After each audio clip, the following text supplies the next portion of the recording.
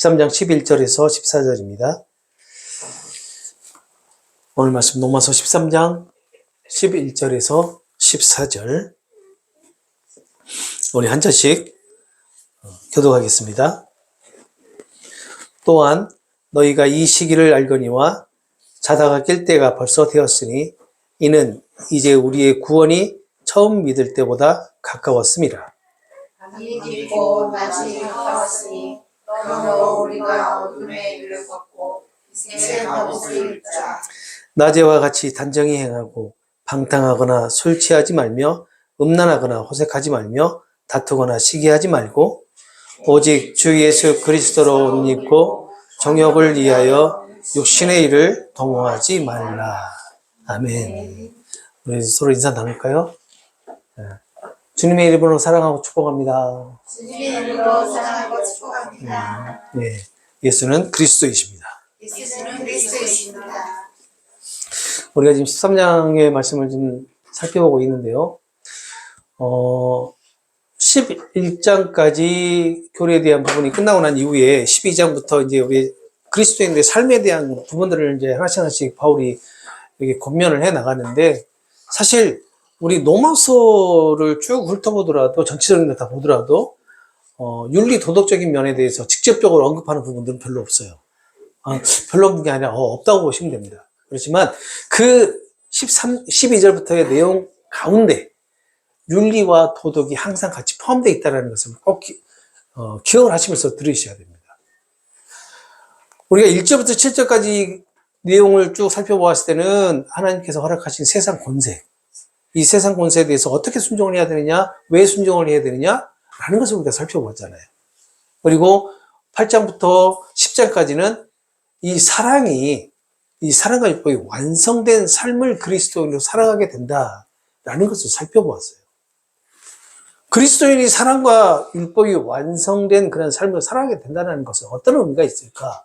우리가 살펴보았지만 예수님께서 완성하신 사랑이 그리스도인의 삶을 통해서 나타나게 하셨기 때문에 우리가 그래서 삶을 살아갈 수 있는 거죠.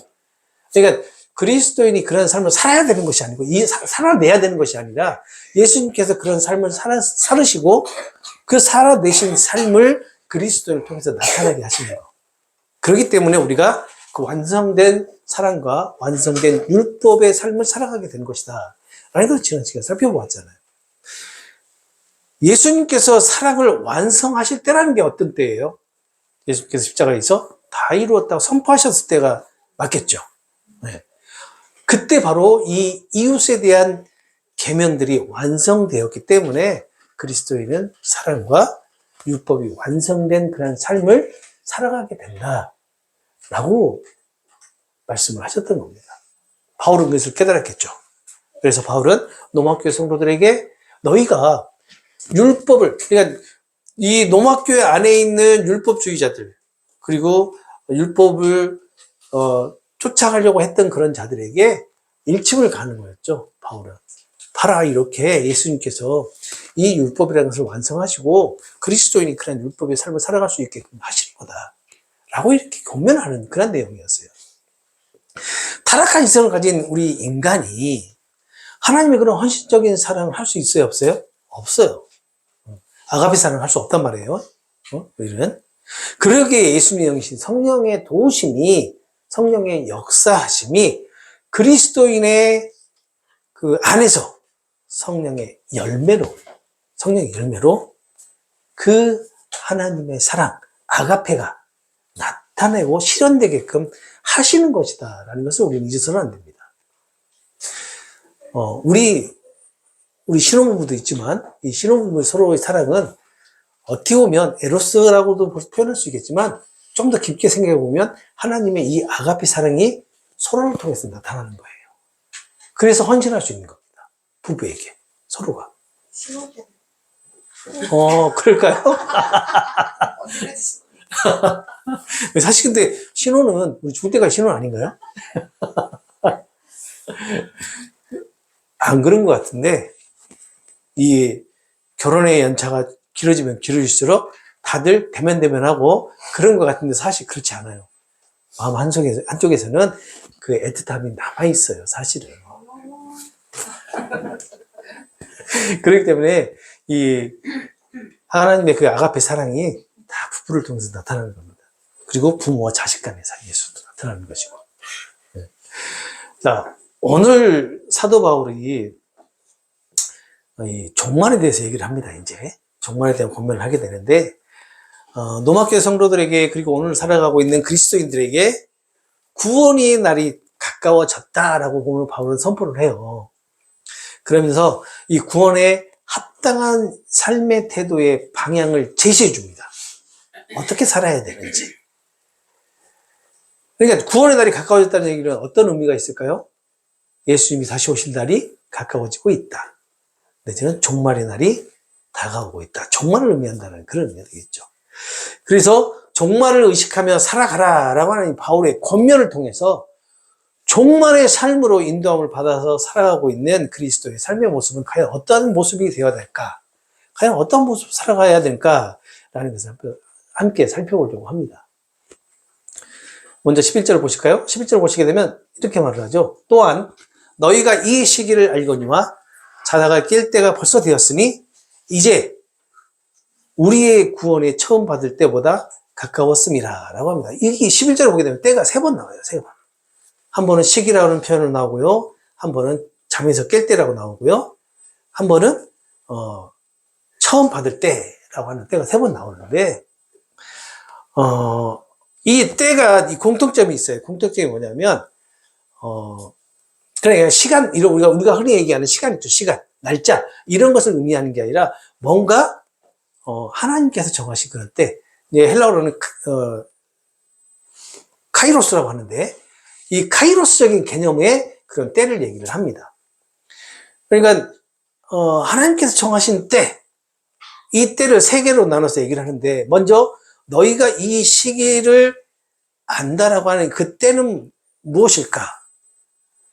물론 하나님께서 정하신 때를 의미하겠지만 전체적인 우리가 문맥의 흐름을 보게 되면 이렇게 연결이 되는 것 같아요. 사랑의 빛 외에 아무 빛도 지지 마라 라고 얘기를 하고, 그리고 내 이웃을 내 자식과 같이 사랑하라라고 하는 그런 명령에 이어서 지금이 바로 그런 삶을 살아갈 시기이다 라고 하는 그런 문맥이 이어지는 거예요. 지금이. 그리고 좀 더 깊게 살펴보면 때를 안다라는 것은 예수님의 초림과 처음 오심과 그리고 다시 오심 그 재림의 사이에 시대에 우리 그리스도인들이 살고 있다라는 것을 알고 있다라는 겁니다. 그러니까 노마교회 성도들이 예수님이 오시고 또 다시 오시겠다라고 하는 그 약속에 대한 그 사실을 알고 있다. 그 사이에 살고 있다라는 것을 얘기하고 있는 것과 같은 거죠. 그리고 노마교회 성도들이 현재의 삶이 구속의 역사 안에서 얼마나 중요한지 분별할 수 있는 그런 영적 통찰을 가지고 있다라는 그런 의미가 바로 때를 안다라는 의미가 되는 거예요. 우리도 마찬가지잖아요. 노마교회 성도들뿐만 아니라 우리도 지금 역사 가운데 살아가면서 우리가 살아가고 있는 이 하루하루가 그리스도인을 살아가는 것이 얼마나 지금 중요한지를 분별하시면서 살아가잖아요. 바로 그런 통찰력을 가지고 있다라는 것이 때를 안다라는 그런 의미가 된단 말이에요. 그리고 이어지는 이제는 잠에서 깰 때라라고 하는 것을 통해서 우리가 종말이 임박했다라는 것을 인식하고 있다. 종말이 임박했음을 너희가 안다라는 그런 메시지를 담고 있다라는 것을 알 수가 있어요. 여기에서 말하는 잠은 무엇일까? 이것은 우리의 영적인 나태함과 그리고 영적 무감각을 의미하는 것은 아니겠느냐라는 저는 그렇게 해석을 한번 해봤습니다. 그래서 잠에서 깰 때라는 것은 다시 말하면 예수님이 다시 오시는 시점이 다가오고 있다. 다가왔다라고 지금 말하고 있는 것 같아요. 언젠가 제가 바울에 대해서 말씀을 드리면서 이렇게 얘기했던 것 같아요. 바울은 자신의 때에 종말이 올 것이라고 믿고 서신서에 종말에 대한 메시지를 기록했다라고 이렇게 말씀드렸던 기억이 있는데, 그 바울이 가지고 있었던 이 종말론은요, 그냥 바울 자신이 살고 있을 때 예수님이 오셨으면 좋겠다라고 하는 그런 막연한 기대가 아니라 반드시 올 것이라는 믿음이 있었어요. 바울은. 그래서 이 종말론이 서신서를 보게 되면 바울의 종말론이 상당히 메시지가 강합니다.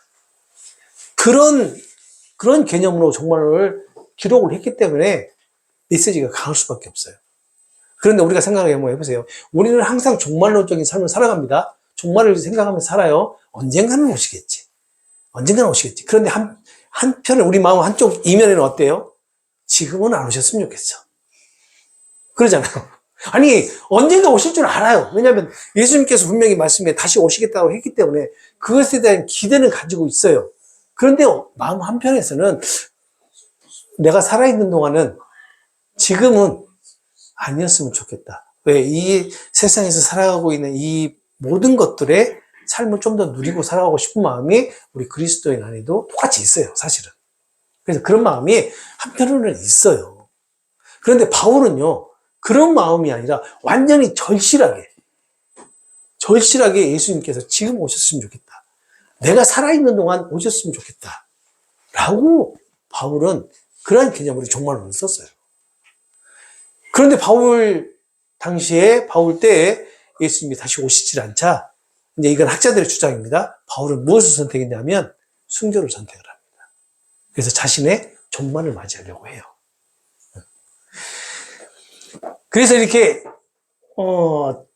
이제는 잠에서 깰 때라라고 하는 이 표현은 단순히 정신을 차리라는 그런 일반적인 그런 권면이라기보다는 종말이 가까운 지금 영적으로 나태함에서 벗어나서 거룩함으로 살아야 할 결단의 때이다 라고 선포하고 있는 것과 같은 것이라고 볼 수가 있어요. 지금 바울이 지금 선포하는 거예요. 바울이. 이것을 보면서도 바울이 종말을 선포하면서 종말에 대한 메시지를 선포하면서 얼마나 절실했을까, 얼마나 간절했을까, 예수님이 다시 오시기를 이걸 느낄 수가 있는 것 같아요. 그러면서 왜 잠에서 깨야 되는지에 대해서 설명을 하죠. 그 다음에 이어지는 것이 지금은 우리가 믿었을 때보다 우리의 구원이 우리에게 더 가까이 왔다. 그렇기 때문에 잠에서 깨야 된다라고 얘기를 합니다. 여기서 말하는 구원은 뭐예요? 미래 시제를 사용해서 장차 완성될 구원. 예수님께서 오셔서 완성될 구원을 얘기를 하죠.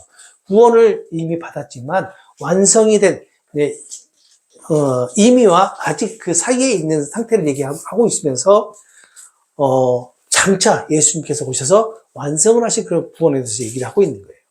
그리고 믿었을 때라고 하는 것은 우리가 예수님의 은혜로 의롭다함을 얻을 때를 얘기합니다. 그렇다면 구원이 가까워졌다라는 것은 예수님이 다시 오셔서 구원을 완성하실 때를 말하고 있는 것이다 라는 것을 우리가 알 수 있고 이렇게 해석할 수가 있는 거죠. 그러니까 이미 시작된 그 구원의 여정이 점점 절정을 향해 가고 있다. 구원의 완성으로 다가가고 있다. 그러기 때문에 잠에서 깨야 된다. 영적인 나태함과 영적인 그런 점에서 깨워야 된다라고 지금 얘기를 하고 있는 것 같은 겁니다. 바울은 지금 이렇게 로마 교회를 향해서 선포를 하고 있는 거예요. 너희들이 가지고 있는 그 영적 나태함에서 이제 벗어나야 된다. 왜? 예수님께서 다시 오실 날이 가까웠기 때문에. 그렇지만 이 로마 당시의 이 메시지가 오늘 우리가 이 로마서를 보고 로마서를 읽고 로마서를 묵상하는 이 시점에서도 역시 마찬가지 우리에게도 똑같이 적용이 된다라고 보시면 되죠. 바울은 지금 예수님은 바울을 통해서 우리에게 그렇게 말씀하시는 겁니다. 너희들이 깨어야 된다. 깨어야 된다는, 깨어 있어야 된다는 말이 어떤 의미일까? 곰곰이 생각해 보면 너희들이 예수님이 다시 오실 그날을 인식하고 있어야 된다는 그런 의미가 되겠죠. 예수님이 다시 오실 것을 인식하지 못하면 아무런 이렇게 우리가 나태함에서 벗어날 수도 없겠죠. 언젠가 다시 오시겠지 하고는 막연한 게 아니라 반드시 다시 오실 것이다라고 하는 그런 인식 때문에 우리가 어떻게 해요? 종말론적인 삶을 살아갈 수 있는 거잖아요. 이것이 깨어있는 게 아니겠냐는 거죠. 이렇게 말씀하시는 것 같아요.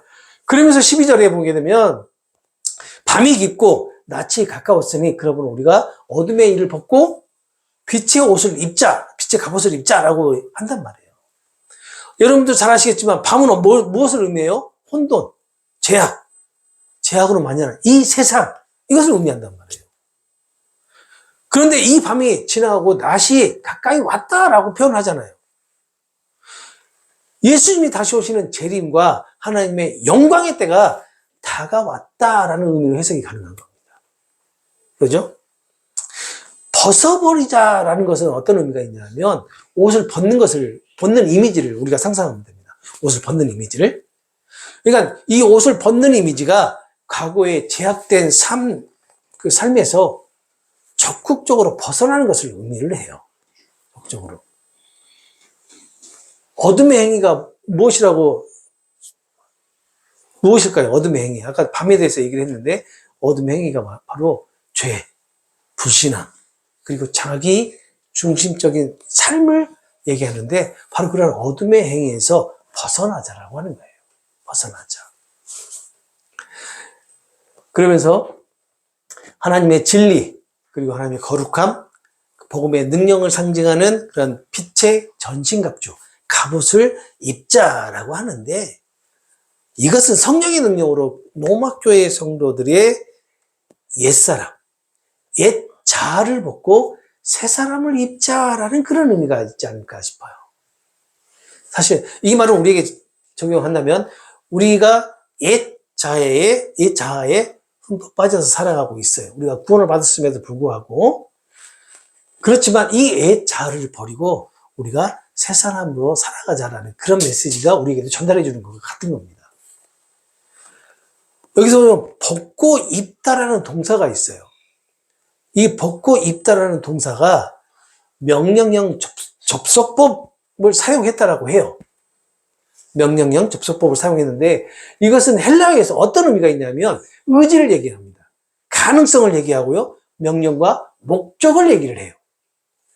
그러니까 이렇게 의지나 명령과 목적을 표현할 때 사용하는 동사인데 바울은 성도들을 통해서 성도들에게 로마교회 성도들에게 어떻게 얘기하냐면 순종과 결단을 요청을 하면서 뭐뭐 하자, 뭐뭐 합시다 라고 이 표현을 사용하고 있는 거예요. 그러니까 이걸 좀 더 쉽게 표현하면 어둠의 일에서 벗어납시다.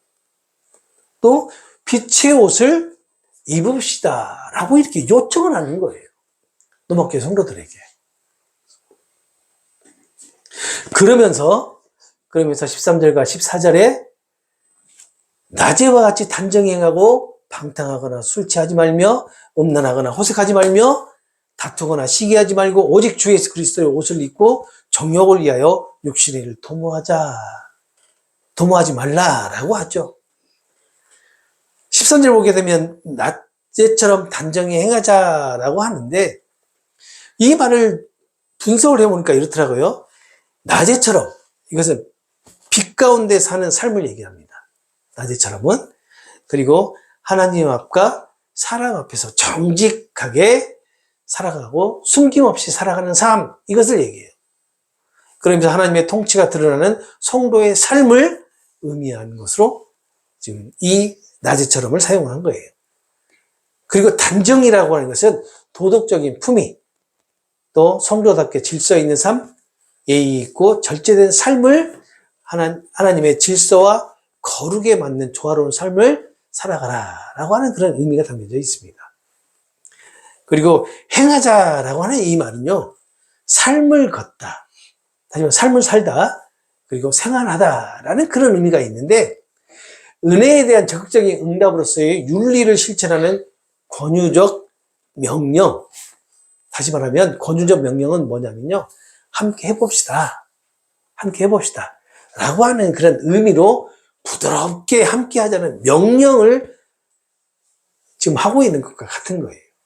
그러니까 낮에처럼 그냥 빛 가운데 사는 삶, 하나님 앞에 정직한 삶, 하나님의 통치가 드러나는 삶을 이렇게 성도답게 질서 있는 삶을 통해서 우리가 함께 살아가 봅시다 라고 얘기하는 거죠. 그러니까 예수님이 다시 오시는 날이 가까워졌으니까 하나님의 은혜에 합당한 그런 그리스도인의 삶을 우리가 함께 살아봅시다 라고 지금 노마교회 성도들에게 명령이 아닌 권유형 명령을 하고 있는 거예요. 우리 함께 이렇게 살아봅시다. 그런데 권유형이지만 명령이 포함되어 있는 거죠. 여러분들에게 지금 똑같이 얘기하고 있는 겁니다. 우리가 종말의 삶을 살아가고 있기 때문에 예수님이 반드시 언젠간 다시 오십니다. 그러니 여러분, 하나님의 은혜 가운데 살아가는 하나님의 백성답게 우리가 지금 이 시대를 함께 살아가 봅시다. 라고 지금 이렇게 말을 하고 있는 거예요. 이해가 되시죠? 예. 바울은 지금 이렇게 얘기를 하고 있는 거예요. 그러면서 뭘 얘기하냐면, 흥청망청 하지 말아라. 술에 취하지 말아라. 성적 부도덕과 방탕에 빠지지 말고 다투거나 질투하지 말아라. 라고 지금 얘기를 하고 있는 거예요. 바울이. 그러면서 이러한 권면은 이 세상에 속한 사람들이 살아가는 그런 모습과 정반대되는 삶의 모습을 지금 얘기해주고 있는 겁니다. 그러니까 이 세상 사람들이 어떠한 삶을 살아가고 있다는 거예요? 이렇게 술 취하고 방탕하고 음란하고 호색하고 다투고 질투하고 하는 이러한 무절제한 삶을 살아가고 있다는 것을 의미하고 있는 겁니다. 그런데 바울이 이렇게 말을 했던 배경이 있어요. 왜냐하면 당시 로마 제국에 이러한 모습들이 흔하게 볼 수 있었다고 해요. 그리고 바울이 이 로마서를 쓸 당시 고린도에서도 역시 마찬가지 이러한 모습이 너무나 만연하게 나타났다고 합니다. 그런데 사실 이러한 모습이 지금 바울이 이 로마서를 쓰고 난 이후에 지금 한 2000년이 훌쩍 넘었잖아요. 2000년이 지난 이 시대를 한번 살펴봐 보시기 바랍니다. 이 시대에 그렇다면 우리가 지금까지 이러한 메시지를 계속 전해 듣고 했을 건데도 불구하고 이 세상의 삶이 어때요? 절대 방탕하지 않죠. 술 취하지 않죠. 음란하지 않죠. 호색하지 않죠. 다투지 않죠. 시기하지 않잖아요. 이 시대가. 정반대잖아요.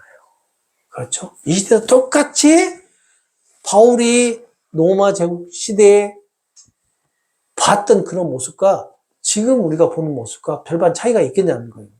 전혀 차이가 없어요.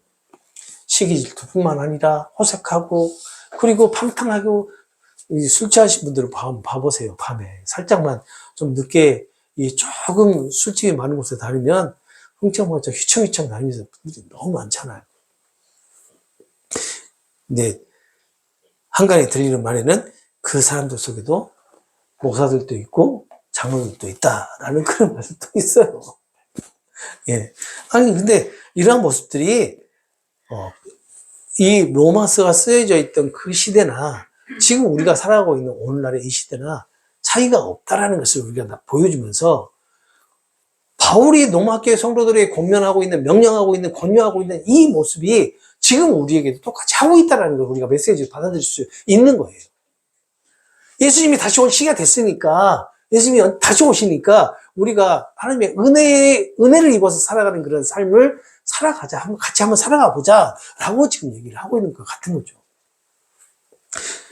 그러니까 12절의 명령, 어둠의 일을 벗고 빛의 갑옷을 입자에 대한 실질적인 그런 적용으로 어떻게 보면 개개인의 그 육체적인 타락과 그리고 성적 부도덕 그리고 공동체를 파괴하는 그런 죄악들을 13절에서 이렇게 제시를 하면서 경고를 하고 있는 것은 아니겠느냐는 거죠, 바울이. 그리고 14절에서 그리스도인의 삶의 중심이 어디에 있어야 되는지를 바울은 강하게 설명을 합니다. 그리스도로 옷을 입어야 된다는 거예요. 그리스도로 옷을 입어야 된다는 것은 어떤 의미가 있을까? 그리스도와 연합된 자로서의 예수님의 성품과 삶 그리고 가치관을 자신의 삶에서 나타내도록 하라는 그런 의미가 있지 않을까? 그리스도인의 정체성과 삶의 방식 전체를 바꾸는 그런 핵심적인 명령이 아닐까라는 그런 생각을 해봅니다. 그리스도로 옷 입어라 라고 하는 그 말이. 여기서 보면 여기서도 입다라고 하는 동사가 나오는데 이 입다라는 동사가 몸에 두다라는 그런 의미예요. 그러니까 그리스도를 몸에 둘러야 된다라는 그렇게 해석이 되겠죠. 그런데 이 있다라는 동사가 부정과거 중간태 명령형인데 헬라어에서 중간태가 어떤 의미가 있느냐가 중요한 겁니다. 헬라어에서의 중간태. 이 중간태가 자기 자신에게 적용되는 동작을 나타낸단 말이에요. 그러니까 좀 쉽게 표현하면요. 내가 스스로에게 내 삶에 적용을 하고 실천을 한다는 그런 의미가 있는 거예요. 그러면 이것을 좀 더 예를 들어보면 이겁니다. 예수님 같이 생각을 하고, 예수님 같이 말하고, 예수님처럼 행동하고, 예수님처럼 살아가겠다라고 하는 그런 의지적인 전인격적인 행위를 중간태로 해석을 하는 거예요. 그러니까 바울은 지금 이 있다라는 그 표현을 통해서 로마교회 성도들에게 예수님처럼 생각을 하고, 예수님처럼 말하고, 예수님처럼 행동하고, 한마디로 말하면 예수님을 닮아가라고 하는 그런 권면을 하고 있는 거예요. 그런데 생각을 해봅시다. 바울은 이렇게 권면을 하고 있지만, 명령이라고 쳐봅시다. 중간태 명령형이니까. 명령을 하고 있지만, 우리 스스로 이렇게 예수님을 닮아갈 수 있어요? 그런 삶을 살아갈 수 있어요? 없단 말이에요. 그런데 바울은 이렇게 명령을 하고 있는 거예요. 왜 이렇게 바울이 명령을 할까? 그 시대 상황이 명령을 하지 않으면 안 되는 그런 상황이었다라고 말씀드렸잖아요. 그 시대적인 그 상황이 너무나 무질서한 삶을 살아가는 사람들이 너무나 많았기 때문에 바울은 강력하게 메시지를 전달하기 위해서 이렇게 명령으로 메시지를 주는 거예요. 너희들이 예수님의 은혜의 삶을 살았기 때문에 예수님의 성품과 예수님의 삶의 방식 그리고 예수님의 권위 아래 들어가라라고 하는 것이 있다라는 그런 의미란 말이에요. 그래서 마음과 생각과 이성과 삶 전체가 좀 복음에 의해서 재구성된 그런 존재로서의 삶을 살아가라라고 이렇게 권면을 하고 있는 겁니다. 예수님의 인격이 너희들 로마교회 성도들을 통해서 드러나게 하는 삶을 바로 있다라고 표현을 하고 있는 거예요. 바울이. 다시 말씀드리지만 이 성도들 스스로는 이 있다라는 표현을 그대로 나타낼 수는 없어요. 우리를 통해서 우리 스스로 예수님의 인격이 나를 통해서 드러나게 한다? 이건 정말 불가능한 겁니다. 있을 수 없는 거예요. 예수님께서 친히 나를 사용하셔서 나타내 주셨을 때만 나타내지는 거지 우리 스스로 나타낼 수 없어요. 우리 흉내를 낼 수 있습니다. 흉내, 그렇죠? 모방을 해서 흉내를 낼 수 있지만 참 예수님의 인격을 우리가 나타낼 수는 없어요. 이것을 여러분들 잘 아시기 때문에 드린 말씀이에요. 모르시는 분들이면 내가 그렇게 살아야 되나? 이렇게 생각할 수 있지만 여기에 앉아 계신 분들은 다 그것을 아시기 때문에 편하게 바울이 이렇게 지금 얘기하고 있습니다. 라고 지금 말씀을 드리는 거예요. 그러면서 이어지는 것이 정욕을 위해서 육신의 일을 도모하지 말라라고 하는데 육신이 뭐예요? 인간의 타락한 본성을 얘기하잖아요. 그렇죠? 그리고 죄된 자 그리고 하나님 없이 자기 중심적으로 살고자 하는 성향이 바로 육신이잖아요. 그렇다면 누가 육신에 속해 있어요? 세상 사람들만 육신에 속해 있죠. 내 자신이 육신에 속해 있는 거예요. 내 자신. 우리 그리스도인 자신들이 전부 다 육신에 속해 있어요. 왜냐하면 우리가 타락한 본성을 가지고 있잖아요. 그리고 우리가 제약된 자를 가지고 있고 그리고 또 하나 하나님 없이 내 중심적으로 살고자 하는 그런 성향을 다분히 가지고 있기 때문에 바로 우리가 육신에 속해 있는 자다라는 것을 우리가 알 수가 있죠. 하지 말라라는 것은 지속적으로 습관적으로 그 행위를 하지 말라 중단하는 그런 명령이에요. 명령. 그리고 정욕을 이해한다는 건 뭐냐면 타락한 욕망, 탐욕적이고 자기중심적인 그런 요구, 하나님이 하는 것을 추구하는 그런 마음을 의미하는데 이러한 모든 것들을 마지막에 보면 도모하지 말라라고 하잖아요. 도모하지 말라는 그 의미가 뭐냐면 계획하지도 말고 준비하지도 말라라는 거예요.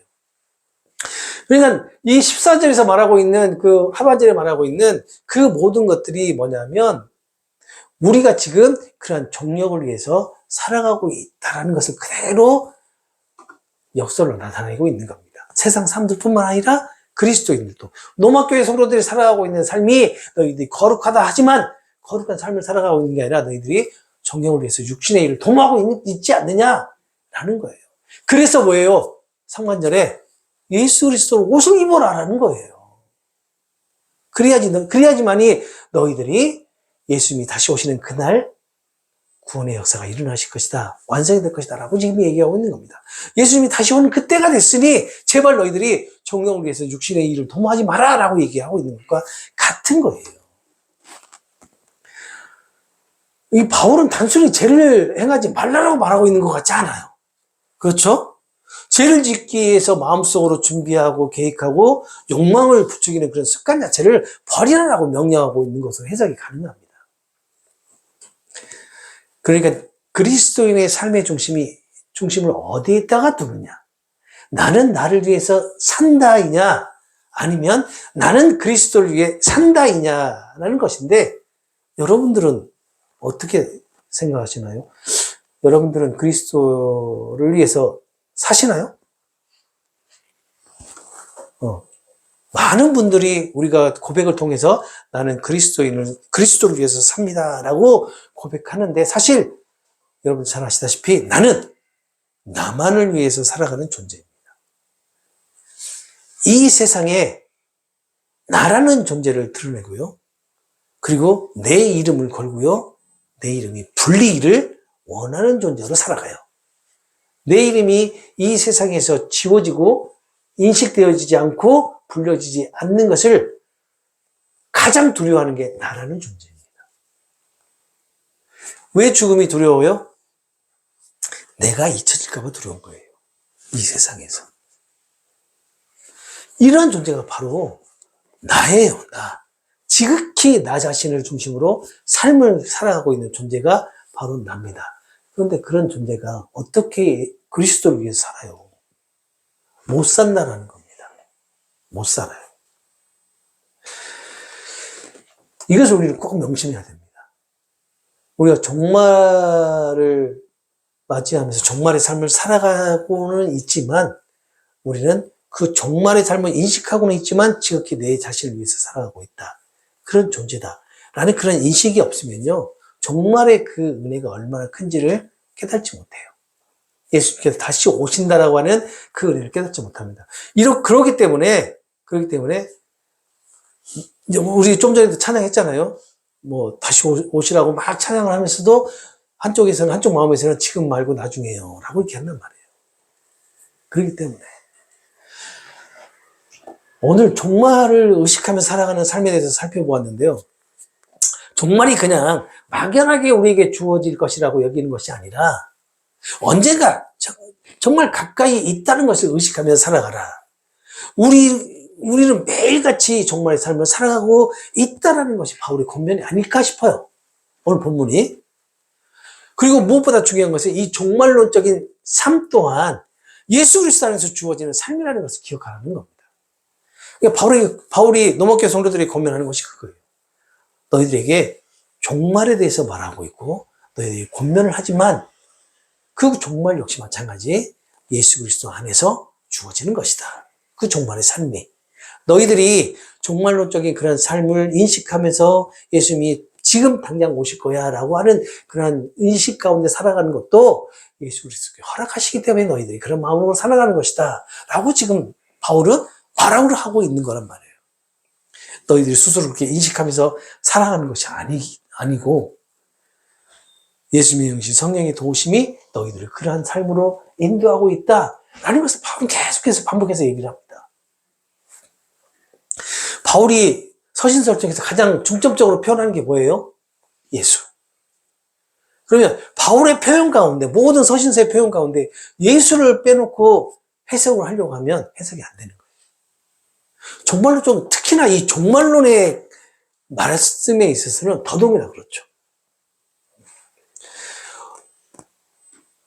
세상 사람들은 이렇게 생각을 하죠. 죽으면 끝이다. 그렇죠? 죽으면 끝이다라고 말을 합니다. 그런데 그들은 종말 이후에 죽음 이후의 삶에 대해서 모르기 때문일 것이고요. 알면서도 인정하기 싫겠죠. 왜요? 죽음 이후의 삶이 나에게 평안과 안식과 그리고 영광이 가득한 그런 삶이 나에게 주어질 거라고 생각하면 항상 기대를 하면서 살아가겠죠. 우리 그리스도인들 같이. 근데 세상 사람들은 어때요? 그런 기대가 없어요. 그리고 세상 사람들은 내가 천국을 갈까? 지옥을 갈까? 뭐, 불교적인 용어로 설면 천당을 갈까? 뭐, 또 뭐죠? 극락을 갈까? 뭐, 그렇게 생각을 하잖아요. 그런데 우리는 지옥에 갈 거라고 하는 그런 생각을 하지 않죠. 왜? 우리가 구원을 받았다는 확신이 있기 때문에. 그러면 우리가 항상 기쁨 가운데 종말을 맞이하려고 할 때 어떤 생각이 들어요? 아, 나는 하나님 나라에서의 그 영광된 삶을 항상 우리는 생각하잖아요. 그렇기 때문에 그렇게 기다려지는 겁니다. 그러나 세상 사람들은 그게 없으니까 당연히 못, 그냥 인정하기 싫은 거죠. 자기의 죽음 자체를 인정하기 싫은 거예요.